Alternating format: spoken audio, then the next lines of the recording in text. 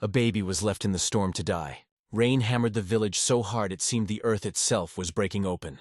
Wind bent trees until they looked like they would snap. Rivers of muddy water twisted through the narrow paths, carrying leaves, broken branches, and despair. In the middle of that fury lay a small bundle, half buried in sludge, its thin cries strangled by the roar of thunder. The villagers heard it. They saw it, but none moved. A cursed thing, they whispered from behind closed doors, shaking their heads, barring their gates. Abandoned children bring death, shame, disgrace. Superstitions weighed stronger than pity, heavier than compassion. The storm, they reasoned, would take the child back to the earth. But one woman stepped out. Aminata wedged her shawl tighter against her shoulders and pushed through the mud barefoot, lightning slicing the sky above her. The rain stung her face, the wind pulled at her skirt, but she bent down anyway. Her arms scooped the child from peril's grip, her breath fast and sharp with fear. Fear of the storm, fear of the whispers already forming in the mouths of those who watched from their windows. As she lifted the baby, her eyes caught something strange, a scarf wrapped clumsily around the tiny body. Even in the chaos, her fingers knew the pattern by touch. The embroidery gleamed when lightning split the clouds. BK, her stomach coiled. She had seen those stitches before, years ago when her palms were raw from scrubbing in kitchens not her own. She knew the precision of that blue thread, each mark eternalizing itself in cloth. It was the mark of the Connaughts, the richest, the proudest, the most ruthless family in all the region. Instantly, Aminata's heart began to hammer. She hadn't stepped foot in their house in years, not since she was a maid and tossed back into the village without warning. Useless, they had called her, but memories rushed back to her in waves. Long corridors perfumed with imported fragrance, silver spoons polished until they gleamed, and lectures delivered with sharp tongues from the lady of the house. She remembered how humiliation had always walked hand in hand with wealth, and now that cruel tapestry had woven itself into the scarf in her hand. This wasn't just fabric. This was evidence. This was proof someone in that house of painted walls and polished lies had placed blood of their blood into the mud. Her breath caught. She sat inside later, door closed, storm dripping down the alley roofs. Her feet were still caked in thick mud, her shoulders damp from the rain, but her lap now cradled warmth. The baby whimpered softly, chest rising and falling like a candle flame fighting wind. Aminata leaned near the weak light of her kerosene lamp and unfolded the cloth again. She traced the initials with her calloused thumb. BK. The initials burned brighter than the fire. She could never forget those marks. While others may not recognize them, to her they shouted. She remembered sleepless nights scrubbing stains out of linens that bore the same embroidery. She remembered noticing stains that were not food, not dirt, blood, tears, the traces of secrets washed down sinks before dawn. That house hides pain, she had whispered to herself then, clutching her silence like a lifeline, and now, the evidence was crying in her arms. The child squirmed closer against her chest, unaware of the storm he was born into. Aminata whispered softly, "You are not the one who should carry their shame." But doubt gnawed at her. Should she reveal what she knew? If she walked into the marketplace holding this scarf aloft, the village would explode in scandal. The Connaughts' polished name would be dragged through mud deeper than last night's storm. But what of the baby? A family of that power wouldn't hesitate to silence truth, even if that truth lived in the body of an infant. By speaking, Aminata risked not only her own life, but the very life she had just saved. Silence was safety, but silence was also injustice. Still, she rolled the scarf tightly, hid it in a clay jar behind her lamp. Even hidden, it seemed to glow, searing the back of her mind as though it whispered from the shadows. I am proof. I am witness. She remembered another phrase her grandmother once told her. Cloth may cover the body, but it cannot cover truth. That night, her tears fell quietly beside the child's soft breaths. Fate had chosen her, a woman already disregarded by her village, to carry not only an abandoned life, but a secret that could split the richest walls down their painted seams. The storm left mud in its wake, but also gossip. By sunrise, word of the abandoned child snaked through the village faster than the rainwater that had coursed through the alleys. Aminata wrapped the baby in a plain, undecorated cloth, hiding the treacherous initials, and stepped into the square. Conversations stopped. Women paused their maize, rakes falling from their baskets. Men let their fishing nets hang loose, eyes following her steps. Even children, restless and fidgety, froze mid-play, every gaze locked on the small bundle at her chest. But not one saw a living child. They saw omen, curse, danger. A child without a name brings bad luck, croaked an elder. His words carried like sparks. Another woman scoffed, balancing a water pot on her head. If he was not wanted, she said coldly, then he does not belong. The murmurs rose like a flood tide, drowning the silence with disdain. The child whimpered, as though sensing his rejection before he could ever understand words. Still, Aminata pushed forward, spine straight though each step pressed harder than stone. She had learned young that her village was swift in judgment and slow in compassion. When death had claimed her father, the neighbors had not come to help, only to whisper. Now, once again, the whispers pressed sharp, but this time she stood in the center of their circle. Fatuma, an older woman known for her sharp tongue, stepped into her path. Why bring that burden into your house? Those without a family don't deserve to be raised. The entire square held its breath. Aminata inhaled, steadying her voice, and said with clear certainty, as long as this child breathes, he has a right to life. And if he has no family, then I will be his. The air shifted. Even those who despised her courage felt it strike. The truth in her words rippled through them, unsettling, undeniable. But the whispers continued, quieter, sharper. Some clucked their tongues. Others stepped away, as though standing near her would curse them too. For the first time, Aminata felt the truth heavy in her bones. She was no longer judged just for poverty or widowhood. She was now marked by defiance, a woman willing to take in what everyone else wanted to see washed away. When she returned home, exhaustion tugging at her body, her eyes burned at the sight waiting on her door. Charcoal letters scrawled across wood, "Leave the burden in the river." Her heart twisted, but she did not cry. Instead, she pressed the baby tighter against her chest and whispered fiercely, "No matter what they say, you are not a curse. You are life." That night, as she rocked him, she recalled her mother's words. The eyes of the village weigh heavier than a sack of stones, but they cannot break those who know where to plant their feet, so she planted hers. Day after day, the story repeated. At the market, eyes pierced her every movement. Some stopped greeting her altogether, shrinking away as if luck or misfortune were contagious by touch. But in that sea of hostility, Aminata spotted traces of something else. A boy whose gaze lingered with curiosity, a widow who watched with quiet admiration. Fear ruled most, but a few eyes betrayed an unspoken respect for a bravery they could not muster themselves. Aminata understood then. Raising this boy would be more than rocking and feeding. It would be defiance. It would be choosing every single dawn to face a wall of suspicion and spit back dignity. Yes, rejection pressed against her skin like needles. But inside her, quietly, fiercely, something else was rising. Not just tenderness, not just survival.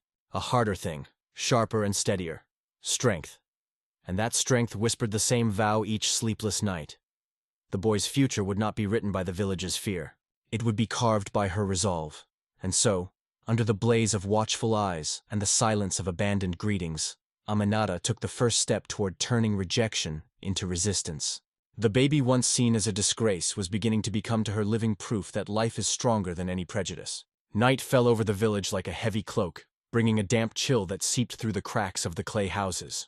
The wind blew relentlessly, making Aminata's lamp flicker and casting long trembling shadows across the walls. The baby, lying in a makeshift basket of straw and cloth, cried without pause, his weak voice blending into the silence of the night. Aminata, her eyes weary, rocked him back and forth, trying to soothe him. But it was as if his cries weren't only for hunger or cold. It was a cry for arms against abandonment, a cry that searched for life in the middle of loneliness with no milk to offer. Aminata mixed millet flour into warm water, soaking a cloth to let drops fall slowly into the baby's mouth. It wasn't enough, but it was all she had. With every sob, her heart clenched, reminding her of the night she cried alone after being cast out from the house where she'd once worked. Back then, no one cared about her tears. Now at least, there was someone to whom she could offer her chest empty of milk, but full of care. Each dawn left her more exhausted. Her ears burned with sleep. Her body begged for rest, but her mind could not let go. Fear prowled her small home like an invisible thief. Aminata feared someone might knock on her door, demanding the baby back. She feared cruel hands might tear him from her arms in the middle of the night. She feared hunger, and cold might prove stronger than her efforts. In those hours when anguish suffocated her, she knelt on the beaten clay floor, closed her eyes, and prayed in silence. Lord, do not let me fail him. If something must be taken, take it from me. but not from him. The days dragged on, and the nights felt endless. With every vigil, Aminata discovered that motherhood of the heart was harder than any labor she had ever endured. To Beth, a mother of a rejected child wasn't just feeding him or keeping him warm. It was facing the distrust of neighbors, the silence of those who knew the truth, and the constant danger of losing what little she had. It was fighting fear every single day, and still waking the next morning determined to continue. One night, while the baby cried without ceasing, Aminata felt her eyes filled with tears, not of weakness, but of a mixture of rage and compassion. Rage toward those who had abandoned him as if you were nothing. Compassion for that tiny life already burdened with so much. She held him tightly against her chest and whispered, "You are not alone, my son. I won't let them take you from me," as if he understood. The baby quieted for a moment and fell asleep, breathing softly. But the relief was shortly. The next morning, Aminata found footprints at the entrance of her house. Someone had prowled around during the night. Her heart raced, and a heavy sense of omen weighed upon her. She knew that sooner or later, whoever had abandoned the baby might return, not to claim him with love, but to ensure their secret remained buried. That thought followed her like a shadow all day, making each night feel heavier than the last dot. Yet, alongside fear, a kind of strength was growing inside her. It was as if every sleepless vigil was forging her into someone more resilient, more prepared to face what was coming. The baby, once seen by the village as a burden, was becoming her very reason to assist. Each time she managed to calm him, she felt she was fighting not only for him, but for all the injustices she herself had endured. Aminata's nights were made of silence broken by cries, whispered prayers, and courage built in the darkness. Fear was always there, lurking, but the love that grew in her chest was stronger. She knew she still had many storms to face him, far worse than the one that had brought the baby into her arms. But she also knew that as long as she had the strength to keep watch and fight, that child would have a safe place to rest his head. And so, between exhaustion and faith, Aminata discovered that it wasn't the baby who needed her in order to survive. It was she who needed him to keep believing that life, even full of pain and loneliness, could still be reborn in the arms of someone with the courage to live. The sun was setting behind the mountains when Aminata heard the sharp knocks at her door. The sound made her shiver, for it was unusual for anyone to visit her at nightfall. The whole village knew she had taken in the baby, and since then, her door had become the target of whispers rather than visits. Her heart raced, and for a moment she thought of not answering. But the knocks came again, firm, demanding a response. With the baby in her arms, wrapped in plain cloth, she took a deep breath and opened the door. Before her stood a middle-aged woman known for her sharp tongue and for presenting herself as the guardian of the Ville's traditions. Maria's eyes immediately fixed on Thesmal bundle in Aminata's arms. There was disdain in her gaze, but also a trace of unease, as if she needed to see with her own eyes what until then had only been rumors. Without asking permission, she stepped inside and sat on a wooden bench, staring at Aminata in silence for a few moments. "They say you've taken in what you should not," she said at last, her voice heavy with judgment. Aminata stood firm, rocking the baby who began to fuss. A child cast out into the night is not without reason. Where there is abandonment, there is sin, and whoever shelters the fruit of sin bears the burden with it. Marama continued, each word pronounced like a sentence. Dot. The silence inside the house grew heavy. Only the faint crackle of the lamp broke the tension. Aminata pressed the baby against her chest as though her arms were walls guarding him from the venom of Marma's words. Then calmly she answered, "If saving a life is a sin, then I sin with my head held high." Marama raised her eyebrows, surprised at the firmness of the reply. Her eyes shifted to the corner of the room, where a piece of the embroidered scarf had slipped out of a clay pot. She stood, picked up the cloth, and lifted it toward the flickering flame. The initials gleamed in the light. "I knew it. This embroidery doesn't lie," she muttered, more to herself than to Aminata. Aminata's heart froze. What she had tried so hard to hide now lay exposed in front of one of the most talkative mouths in the village. Marama smiled bitterly, shaking her head. "So it's true. This child carries the blood of the Konets, a family that flaunts its wealth, yet scatters its shame in the shadows. If the village finds out, no silence will be enough." Aminata snatched the cloth from her hands and tucked it back away. Looking straight at Marama, she said firmly, "That scarf no longer belongs to them. It belongs to the one it saved. The baby was in the mud, but now he has arms to hold him. What matters is not the name embroidered on it, but the life it covers." Marama studied her for several long seconds, weighing every word. Finally, she let out a short, joyless laugh. "You've always had too much courage for a maid, but courage does not shield you from the weight of a name. Be careful. I mean, big names crush the small." Without waiting for an answer, she left, leaving behind the smell of smoke and threat. Aminata stood still, breathing deeply, her legs trembling. The baby, oblivious to it all, slept peacefully in her arms. She knew the visit had been more than curiosity. Marama carried in her eyes the glint of someone who had discovered a secret that could become a weapon. That night, Aminata could hardly sleep. Each time she closed her eyes, she saw Marama spreading the news through the village, telling everyone the embroidery belonged to the Konitz. She knew this could bring storms far greater than the one that had delivered the baby to her. The villagers' trust was already fragile, and a single poisonous word could turn hostility into danger. Yet amid the fear, Aminata also realized something important. She was no longer alone in her secret. Marama might use the truth as a threat, but it was also a truth that could not be erased. The scarf spoke for itself, and sooner or later, more mouths would open. In some way, she felt that encounter was only the beginning of a greater revelation that could not be contained. She sat on the floor with the sleeping baby in her arms, staring at the wavering flame of the lamp, and whispered to herself, "If their shame falls upon me, let it fall. But this child's life will not be silenced." And so that first unexpected visit left behind not only the threat of scandal, but also the certainty that the secret was slipping beyond the clay walls. The time of silence was running out, and Aminata knew she would need more strength than ever to face what was coming. The days passed with the village murmuring about Aminata and the baby. The embroidered scarf, still hidden inside a clay pot, weighed heavier than stone on her conscience. It was as if that cloth had its own voice, calling out the names of the true guilty ones. But life went on, and Aminata tried to care for the child between sleepless nights and days laden with suspicion. It was in that rhythm that one morning something no one expected happened. A refined man appeared on the dirt road that cut through the village.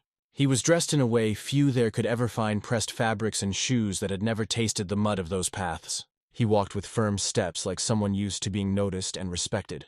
Some villagers, seeing him from afar, exchanged looks and whispered, "He's someone from the city." But it seems we've seen him before. And indeed, it didn't take long for the Sharpie to recognize him. It was Bak, son of the patriarch of the powerful family who hadn't set foot in the village for a long time. Bakara didn't come to greet anyone, nor to smile, nor even to meet anyone's eyes. He walked straight to the central square, and from there announced loudly that he was looking for something that belonged to the family, and had been lost during the storm. He called it a bundle as though speaking of an object never of a life. His cold words sent chills down the spines of those who listened, but no one dared to reply. Respect, or rather fear, for the Connaught weighed like chains. The news spread quickly. When Aminata heard from a neighbor that Bachari was in the village, her whole body trembled. His presence could only mean one thing. Someone had come in search of the scarf and perhaps the child. Her heart raced, but instead of hiding, she chose to face it. She took the baby in her arms and walked toward the square, her legs heavy as lead. When they met, silence fell. Bachari looked at the baby without emotion, as if he were nothing but a nuisance. But when his eyes fell upon the scarf wrapped around the child to shield him from the wind, his expression shifted. For an instant, the mask of indifference broke. He reached out, trying to take the cloth, but Arminota pulled back, pressing the baby against her chest. "Is this the bundle you're looking for?" she asked, her voice firm but tense. Bachari hesitated, his eyes fixed on the embroidery. "Yes, that cloth. It belongs to my family," he muttered, trying to recover his cold tone. "I know nothing of this child. I only want what is ours." Aminata stepped forward, meeting his gaze with the courage of someone who had nothing left to lose. "Then why was your family's cloth wrapping abandonment? Why did it cover a baby left to die in the mud?" The question echoed like thunder, and the few watching held their breath. Bachari tried to maintain his composure, but the sweat on his forehead betrayed his discomfort. He attempted to end the matter with a veiled threat. "Do not meddle in what isn't yours, Aminata. Life is too harsh for those who provoke families like mine." But his voice no longer carried the same weight. The baby's innocent gaze fixed on his face seemed to strip him of any defense. It was as if the child in silence accused him before everyone. Aminata stood her ground. "I am not afraid of big names. I have borne too much humiliation to fear threats. This baby is not a lost object. He is flesh, blood, and soul, and no one will take him from me to bury him in oblivion." Disconcerted, Bashar turned away and left the square without bidding anyone farewell. His hasty retreat did not go unnoticed, and murmurs began to spread. Some said he had only come back to erase the family's stain of shame. Others whispered he could not bear the weight of facing the child who exposed his cowardice. What was certain was that that day, the power of the Connaught name lost some of its grip on the village. When Aminata returned home, Her heart pounded with a mix of fear and relief. She knew this encounter was only the beginning of a greater struggle. Bakri's presence confirmed that the baby was no accident, no mere chance. There was a story behind his abandonment, story of pride, shame, and power. And now Aminata was at its center, holding the baby close to her chest. She whispered, "They may try to erase you, my son, but as long as I live, your life will be remembered." The embroidered cloth, still damp with the sweat of her hands, seemed to pulse as living proof of a secret that could not be silenced. The village was still buzzing about Bakr Khanat's unexpected visit. Some repeated his words as though they were law. Others, however, whispered that he'd betrayed himself before Aminata's steady gaze. Yet despite all the talk, the truth still smoldered like a muffled fire. Everyone saw the smoke, but few dared to blow until the flame rose. That night, Aminata could barely sleep. The baby lay in the straw basket, his small movements and murmurs keeping her on edge.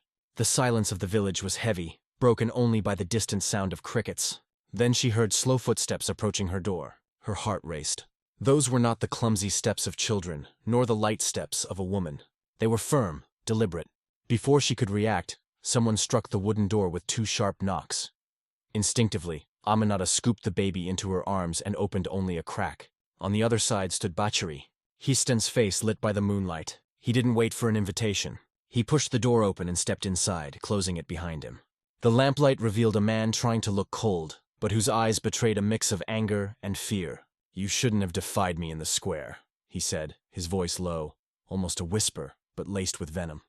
Aminata didn't answer. She simply rocked the baby and stood before him like a wall made of flesh and faith. The silence between them was suffocating. Bakr stepped closer to the basket and looked at the child, who, not understanding, stared back at him with wide, innocent eyes. "That gaze does not belong to me," he muttered, but his voice faltered. Aminata then broke the silence. "There's no use denying it. This child carries in his blood the shame you tried to bury. And the scarf shouts louder than any lie." He turned his face away, drawing a deep breath before spitting out a threat. "If you keep speaking of that scarf, you will suffer. Names like mine can erase people like you in a single breath." Aminata stayed calm, though her chest burned. "If I must suffer for saving this child, I will suffer without silence. Because the burden you carry is not mine, Bakri, it's yours. You abandoned life in the mud, and now it is his gaze that robs you of sleep."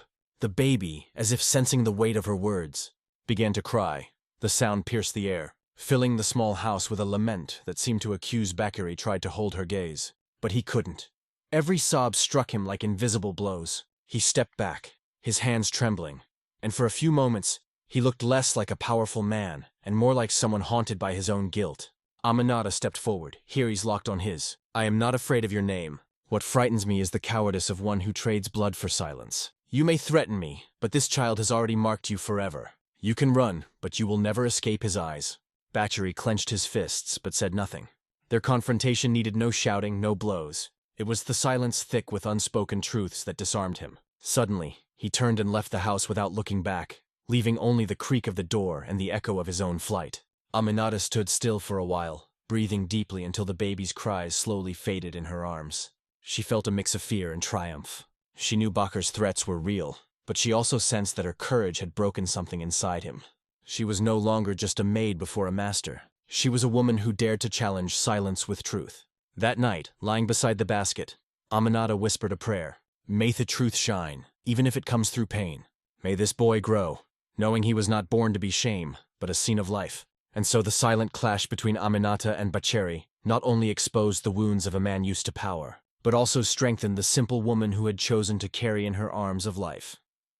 Once rejected, the silence of that night was not mere absence of sound. It was the space where truth began to take shape, and where the destiny of the village began to change. The following days were filled with tense silence. Aminata continued caring for the baby, but now she felt Bashar's shadow circling her house like a constant threat. The night encounter had not been forgotten, and though he had left without answers, the danger lingered. Each step she took in the market brought stronger whispers, eyes that no longer hid their curiosity. It was as if everyone sensed a secret hidden away, ready to explode. One market morning, Aminata awoke, resolved. That burden could no longer remain hidden in her clay-walled home. The truth, however painful, had to come to light. She took the baby in her arms, wrapped him carefully, and this time she did not hide the scarf. The blue embroidery with the Khanat initials was in full view, glinting under the sun. She walked straight toward the village square, the place where all important decisions were made. The sound of her steady steps drew attention. Soon people began to follow her, women returning from the well, men repairing tools. Children running barefoot in the dustle stopped to see what she would do. Aminata climbed onto the small wooden bench at the center of the square, took a deep breath, and lifted the baby for all to see. "The child you called a curse was not born alone," she declared, her firm voice cutting through the air. "He did not come from the wind, nor fall from the sky. He was placed in the mud, abandoned to die, but he carried with him a piece of cloth that speaks louder than any mouth. This scarf." She raised the embroidered cloth high, letting the sunlight reveal the initials to everyone. A murmur ran through the crowd. Some stepped back as if they'd seen a snake. Others pressed closer, their eyes wide. "That embroidery belongs to the Conet." Someone shouted from the back. Another replied, "No one outside that house could have such cloth." People began to trade looks, nodding, and the powerful family's name was spoken aloud, mingled with long-held anger and contempt. Aminata pressed on.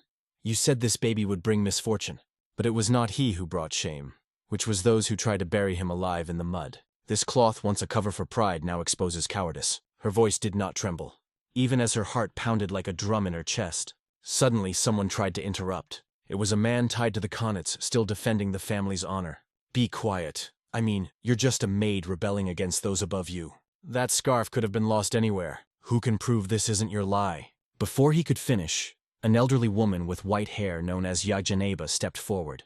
She was the oldest seamstress in the region and all respected her word. She examined the scarf closely, ran her fingers over the embroidery and said in a clear voice, "There is no lie here. This embroidery was done by my own hands more than 20 years ago at Madame Conet's request. I myself stitched these initials. Only that house could have such a cloth." The silence that followed was heavy. The seamstress's confirmation fell like a stone into calm water, sending waves of indignation. Now there was no doubt. The baby carried Conet blood, and his abandonment was laid bare before all. Some villagers began to cry out in anger. "Shame," shouted a man. "So much land, so much wealth, and they throw a child into the mud like trash," cried a woman. The square became a whirlwind of voices, each louder than the next, until the very name Conet turned into a synonym for disgrace. Still standing on the wooden bench, Aminata held the baby tight as he cried from the noise. She looked first at him, then at the crowd. "You called him a curse, but now you see he is only the victim of vanity. The weight of shame should not fall on him, but on those who tried to bury him under the mud." The clamor in the square swelled. For the first time in years, the most powerful family in the region was exposed. The scarf, once a symbol of wealth and status, had become a banner of shame and injustice. Aminata, a simple and forgotten woman, had spoken aloud where many chose to stay silent. In that moment, the village stopped seeing the baby as a burden, and began to see him as living witness to a truth no one could deny. And Aminata understood that by revealing the secret, she had not only protected the child, but also broken the silence that had suffocated the village for years. The square still simmered after Aminata's revelation. People scattered into small groups, commenting, murmuring, repeating like a chorus of overdue justice. The words spoken by the old seamstress Eugenie. For the first time, the Conet name rang not as a symbol of power, but as a mark of shame. But as expected, pride would not allow itself to be crushed so easily. By late afternoon, as the sky turned red, Bakr appeared once more, this time, flanked by two of his family's trusted men. His face carried anger, but also the posture of one who refused to be defeated by common folk. He marched to the center of the square, where traces of the morning's uproar still lingered, and demanded silence. Some obeyed at once, others only pretended to listen. But everyone knew something was about to unfold. "You believe a bitter maid, and an old woman who can hardly see what's before her eyes," Bakri began, his voice steady, trying to reimpose authority. "This scarf may be in her hands, but it proves nothing. It's nothing but the invention of someone seeking attention. My family has always been a model of honor and labor, and now you want to stain our name with tales of abandonment. Ridiculous." His words cut the air like a knife, but they no longer found the same respect as before. Some men who once bowed easily before the Conet presence now only folded their arms. The women murmured among themselves, shaking their heads in disapproval. Silence was no longer a sign of fear, but of doubt. Aminata, standing in the crowd, stepped forward with the baby in her arms. "Ridiculous is having more land than you need, more reaches than you can spend, and still no room for a child. Ridiculous is calling a lie what everyone already knows." But fears to say her voice did not tremble, and the look she gave Bachari was not of hatred, but of resolve. Bachari let out a short, bitter laugh. You're nothing but a maid who thinks herself brave for holding a bastard in her arms. Who are you to rise against a house like mine?" Before Aminata could answer, Yajganeba raised her voice. "I am the one who stitched that embroidery batchery, and I don't regret saying this. Only your house could own such a cloth. You cannot silence me. The years have stolen my sight, but not my memory. And if you call me a liar, then you must call my hands liars. 2 hands that swed for your mother and your grandmother." The murmuring swelled again, this time not whispers of doubt, but voices beginning to rise against him. "Enough arrogance!" shouted a woman. "How many years hiding shame behind walls?" said another. Bakr turned from side to side, trying to regain control of the crowd. But the weight of the people no longer leaned in his favor. With his face hardened, he tried to have the last word. "You may drown yourselves in rumors, but my name is still greater than any of you. You may sneer now, but when you need bread, land, or work, you'll come back knocking on our doors." But the reply came swiftly from one of the Ville's eldest, Tiero, who rarely spoke in public. His voice, deep and slow, silenced all. "No, back. The time of fearing your name ended today. You gave us bread.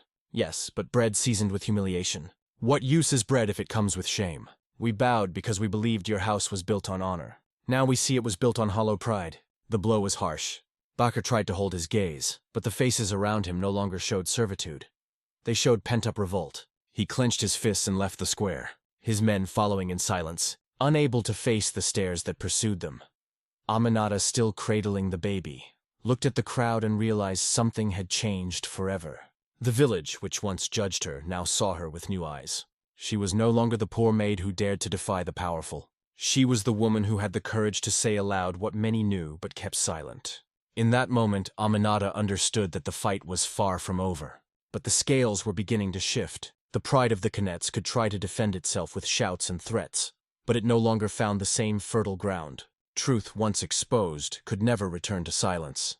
And so the square that had so often been a stage of submission became a space of resistance. The pride of the rich tried to shout louder, but the dignity of the poor had finally found its voice. The dust raised in the village square took time to settle.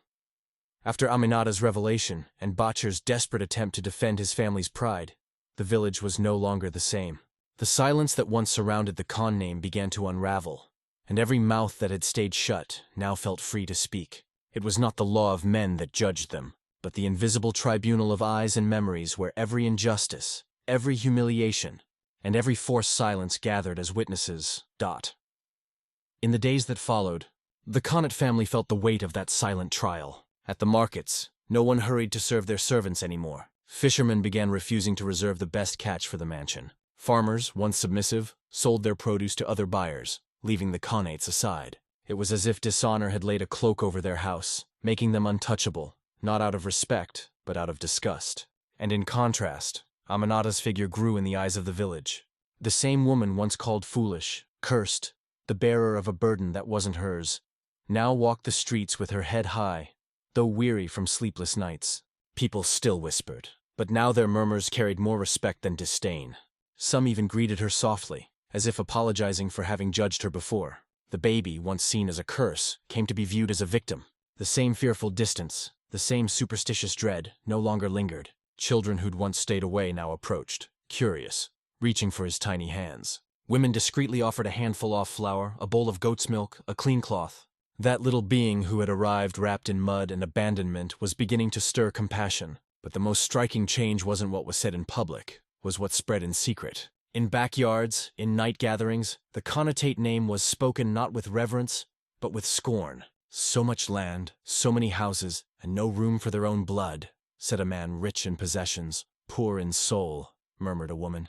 The villagers' judgment wasn't written on paper, nor decreed by judges, but it drifted on the wind like an unquestionable truth. Batchery tried to maintain appearances. He walked with his head held high, but his eyes betrayed defeat. Each time he crossed the village, he felt the stares weigh on him. No prison or court condemned him, but the collective disdain was punishment greater than any sentence. With every averted gaze, every heavy silence, the village's invisible justice was fulfilled. For Aminata, this was more than a personal victory. It was proof that truth needed neither weapons nor wealth nor laws. It only required resistance to speak when all were silent, to hold one's gaze when others looked away. The baby, now stronger, slept in her arms, and she knew each breath he took was a reminder that life had triumphed over abandonment. One afternoon, while she walked with a child pressed to her chest, a woman who had once turned her back stood before her. With tears in her eyes, she said, "Forgive me, Aminata. I called him a curse, but now I see he is a blessing and you are the courage we lacked." Aminata did not reply with words. She only nodded, her eyes wet. It was the confirmation that the justice of the eyes, the kind born in people's hearts, had prevailed. No one needed to knock at the Conlet mansion's doors demanding answers. No cries or violence were necessary. It was enough that the silence had been broken. It was enough that the embroidered scarf had been lifted into the daylight. Shame took care of the rest. The rich were disgraced, and the humble neighbor, once forgotten, now walked with restored dignity. And so, in the invisible tribunal of the village, it was recorded forever. The child who was born rejected carried no curse, but the weight of a truth no one could deny. And the woman who sheltered him was judged not as a sinner, but as the guardian of life. Time passed, and with it the dust of the first revolts began to settle. But unlike the rains that wash the earth and make it forget, the mark of that story did not fade. The baby who had arrived wrapped in mud, and contempt grew before the village's eyes as a living reminder of all that had happened. Every laugh, every staggering step, every innocent gaze was another stone pulled from the wall of the Connacht's pride, and another laid in the foundation of Aminata's name. The first years were hard.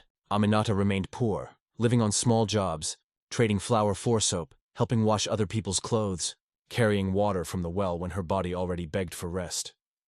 But she was never alone anymore, where once there had been scornful looks. Now there were hands offering help.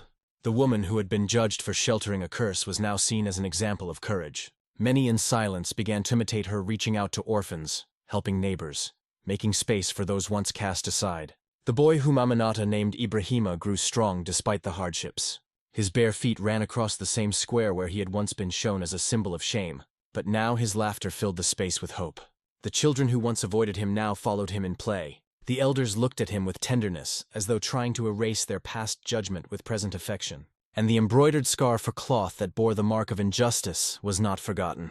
Aminata kept it safe, not as a relic of pain, but as a symbol of the truth that no one had been able to bury. From time to time, she showed it to Ibrahima, saying, "It was with this cloth they tried to erase your life, but it was also with it that God wrote a new story for us." The boy, still too young, did not understand the weight of her words, but he knew that piece of cloth held a meaning greater than any toy or gift.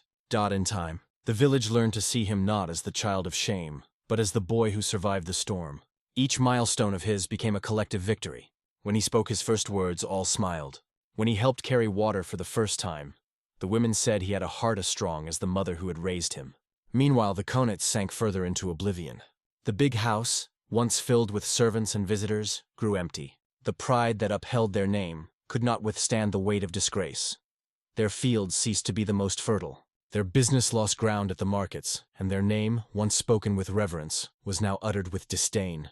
No sword, no law, no sentence had been needed. It was the memory of the village itself that condemned them to silence. Aminata in turn found in the boy the meaning she had long lost. Her nights were no longer marked by hidden tears but by childish laughter that lit up her small home. The loneliness that had followed her like a shadow since her days as a maid gave way to Ibrahima's constant presence. He had not only changed her life, but had also transformed the way the village saw its own dignity. There was a day when the boy, now several years old, ran into the square and fell to his knees in the dust, laughing loudly, surrounded by other children. Aminata watched from a distance, and her eyes filled with tears. They were not tears of pain, but of gratitude.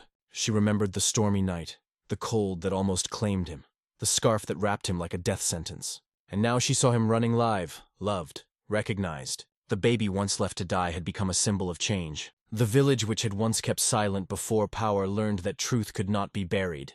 And it all began in the arms of a simple woman who had no wealth or strength, but had the courage to face the eyes of the world. Thus Ibrahima did not merely survive. He transformed the village. His very existence was a living reminder that abandonment can be overcome, that silence can be broken, and that even in the mud life can be born. And Aminata, the neighbor who recognized the scarf in the storm, became a mother by choice, but also the root of a new story where dignity at last began to bloom. Time, which wears everything down and reveals everything, fulfilled its role in the village. The Connor family, once a symbol of wealth and respect, no longer held a place in whispers of reverence. Their tall walls, which had once hidden parties and banquets, now guarded only silence and oblivion. The pride that had sustained their name was corroded by the shame they had tried to bury in the mud of a storm. It was not laws nor judges that decreed their downfall. It was the collective gaze of the village, the weight of each memory, the invisible judgment that rises when the people decide to turn their backs on the powerful. Meanwhile, Aminata's life followed its course, now accompanied by a quiet respect that grew each day. She did not become rich, did not build a brick house, did not wear fine clothes, but she gained something greater. The dignity of being recognized as a mother, not by obligation of blood, but by choice of heart. The same ones who had once condemned her in whispers, now greeted her with pride, and the eyes of the women, weary from carrying pain and secrets, looked at her as an example of the courage they had so often lacked. Ibra, the boy who had been born under the shadow of shame, grew surrounded by stories that told him who he was. Not stories of curse, but of resistance. He knew from an early age that his life had begun in the mud and storm, but that there, too, something greater was born. The chance to prove that abandonment is not a sentence, that rejection does not define destiny. Every step he took, every smile he gave was a living reminder that life always finds a way. Even when men tried to bury it, the embroidered scarf remained preserved, a silent witness to the entire tale. Aminata did not display it with pride, but neither did she hide it with shame. It was a small object, yet heavy with meaning. It represented both abandonment and redemption, both the attempt to erase her life and the choice to save it. Over time, the scarf ceased to be remembered as a Khanate symbol, and came to be seen as the symbol of the entire village, the proof that truth can never be covered forever. And so the village learned something no wealth could ever teach. It discovered that true justice does not live in courts, nor in the words of rich men. It lives in the heart of the people, in the eyes that meet, in the gestures that are never forgotten.